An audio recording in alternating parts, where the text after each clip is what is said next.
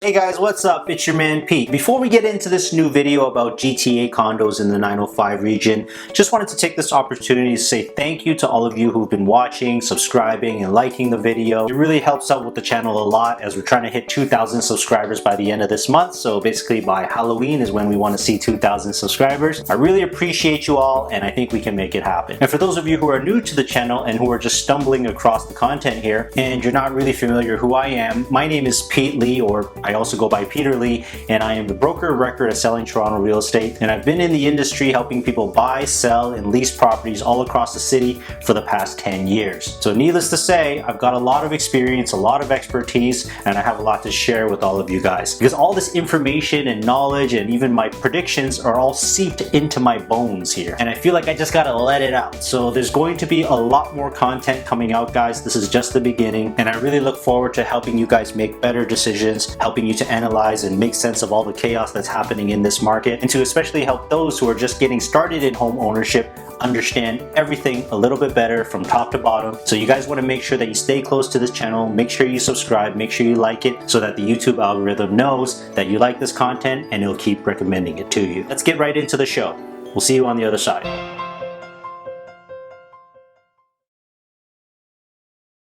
Okay, so there's been a lot of talk in the mainstream media and even online, especially here on YouTube, about just how hot the Toronto real estate market has been. And strangely so, right? We're in the throes of a pandemic. And while this may be a surprise to some, it's definitely not very surprising to me, and especially those who've been working in the business full time here. And it's even happening for our neighbors in the south who aren't really handling the virus very well. They're seeing an uptick in record sales numbers and activity as people are moving all across the country into different cities. And everybody is realizing just how important space is today. And of course, the record low interest rates have a little something to do with it as well too. But a story that people are not really talking about, which we do here on our show, is that the condo market in the suburbs in the greater Toronto area, otherwise known as the 905, has been heating up as of late. And of course, the suburbs is usually a place where people want to get more space, they want to expand, they actually want to have a yard and a garage. So typically more for home buyers, right? Not so much condo buyers. And over the last few years, a lot of them have been moving out to the suburbs because prices have just become too ridiculous inside Toronto city bounds.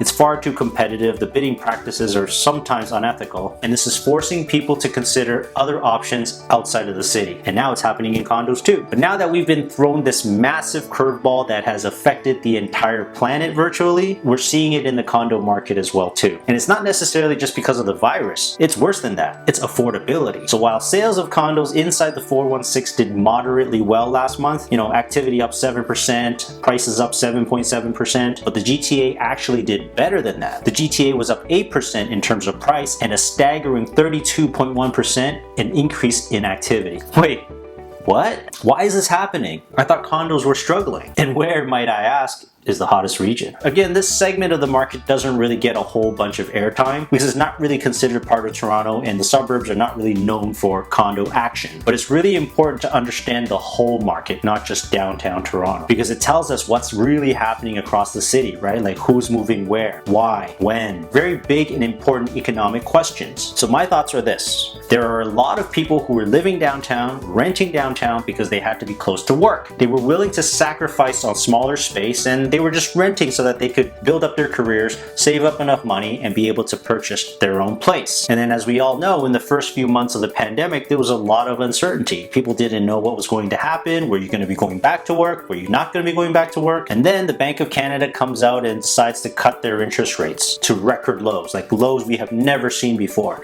Right now, we're seeing as low as 1.7% for a 5-year fixed, and even 1.4% for those who require mortgage insurance. So basically, if you have less than 20% down, it's actually cheaper interest rate wise. It's basically almost like free money, guys. So then immediately this created demand, for people who couldn't afford before or who were planning on renting longer can now actually get into the market as a homeowner sooner. And they don't need to be downtown, so now they can get something bigger, more value. Maybe you have a locker and a parking space now. Where the same unit downtown, if they were going to buy it, would have cost $200,000 to $300,000 more, which was virtually unaffordable for them. And sometimes a triggering point could be a family member or a parent saying, look, there's no point for you to be living downtown anymore, paying those kind of exorbitant rents. You might as well not renew your lease. Here's 30 grand. Go buy yourself something, anything, even if it's outside of the city.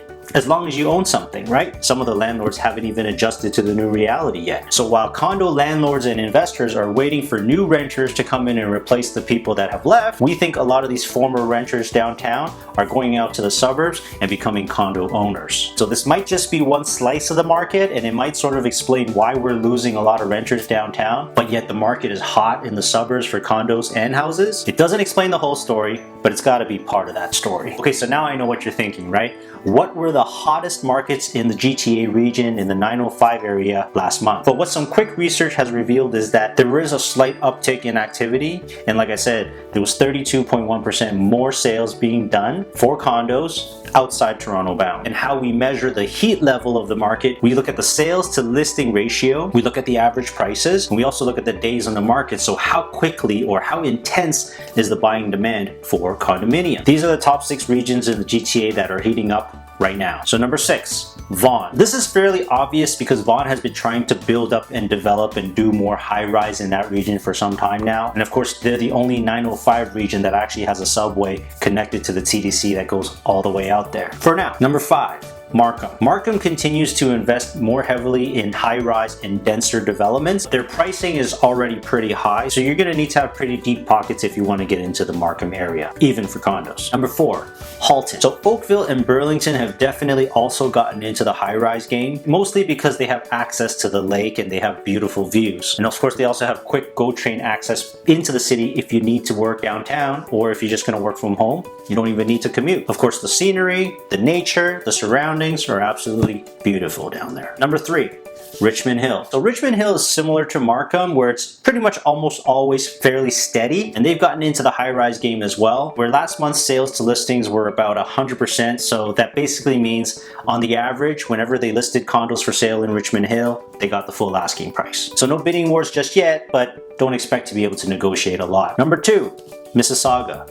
For those of you who aren't aware, Mississauga is a well-known city unto its own. Fast developing, a lot of real estate activity out there, and from a condo high-rise point of view, they are definitely making a name for themselves. And they have a huge cluster of condominiums surrounding the Square One Mall area, which are still very affordable and definitely better value than being inside Toronto. But they're also getting 100% of their ask price, and they're selling in less than 3 weeks on average, which is pretty fast for out there. Okay, and then number 1, Durham. Durham is the region that is just east of Toronto outside of Scarborough, which includes Ajax, Pickering, Whitby, Oshawa, and even Clarington. And while it's not the most desirable place to be, it also happens to be the most affordable. So whenever things get tough and tight inside of the city, people start looking out there because you can get a lot more value for your money. And you can also get the cheapest properties too. And it's also a really great place to find cash flow properties. That's where I like to spend a lot of time when I'm helping investors who are specifically looking for cash flow in and around the Toronto area. They were the only region that got over asking, so people were paying more than the asking price at 101%, and they were selling really fast, on average 17 days. It could be because there isn't that many condos out there just yet, and they also have access to lake and water down in Pickering and Ajax. So Durham region's got a lot going for it. Plus, if you buy out there, you're also saving on the Toronto tax. Okay, so I hope this video was helpful and it gave you some news or information and hopefully something to think about. Again, this movement right now might be pretty early and it may be just only part of the entire story, but I just thought it would be worth talking about, and it's very valuable information. So for those of you who are watching, you're gonna make or save a lot of money in Toronto real estate